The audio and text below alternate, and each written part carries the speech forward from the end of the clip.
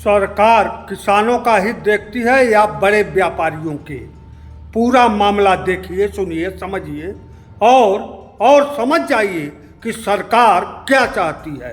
किसानों के लिए भीषण गर्मी में अलाव की व्यवस्था और घनघोर सर्दियों में बर्फ की व्यवस्था कोई कर सकता है तो इसमें सक्षम सरकार ही होती है, जो हमेशा जनपयोगी निर्णय लेती है। ऐसा ही या इससे मिलता जुलता निर्णय अक्टूबर 2024 में भारत सरकार ने लेते हुए गेहूं का समर्थन मूल्य किसानों के हित में 150 रुपये बढ़ा दिया। अक्टूबर में किसानों की धान की फसल पक कर तैयार होती है और किसान धान बेचता है। अक्टूबर में किसानों के पास गेहूं होता ही नहीं। सरकार किसानों के हित में यहीं रुकी नहीं, बल्कि गेहूं के साथ जौ, चना, मसूर, सरसों का भी मूल्य बढ़ा दिया। अक्टूबर में किसानों के पास बेचने के लिए इसमें से कोई अनाज नहीं होता।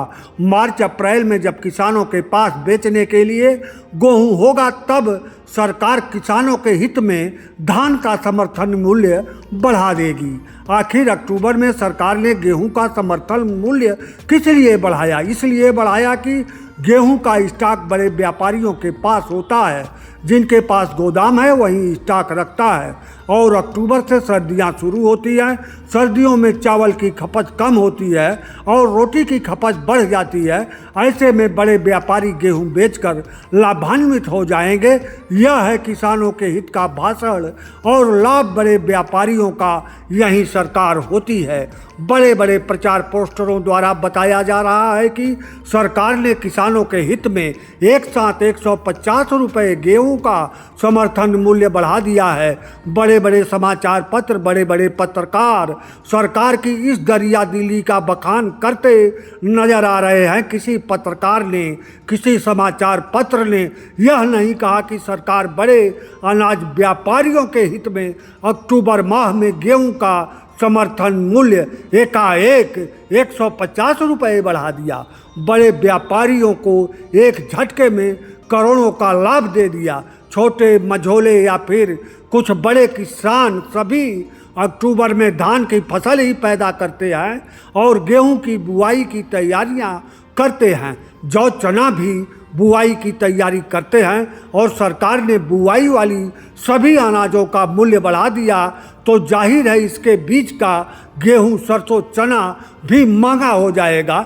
इस तरह सरकार किसानों की जेब पर सीधा वार करते हुए यह कहते हुए कि किसानों के हित में सरकार कटिबद्ध है, सीधा वार किया।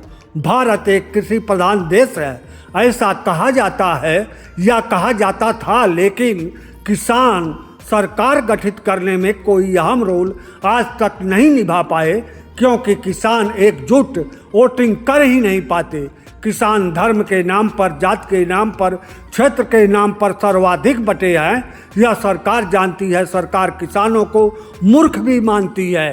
तभी किसानों के लिए गर्मियों में अलाव और सर्दियों में बर्फ की व्यवस्था सरकार करती है और किसान खुश होते हैं कि हमारी जाति का, हमारे धर्म का, हमारे क्षेत्र की सरकार हमारे हित में काम कर रही है। यही है उल्टी बानी, यही है उल्टी बानी, बरसे कंबल भीगे पानी। सरकार का यह अनैत कितने दिन चलेगी? वहीं जितने दिन चलेगी उतने दिन चलती रहेगी।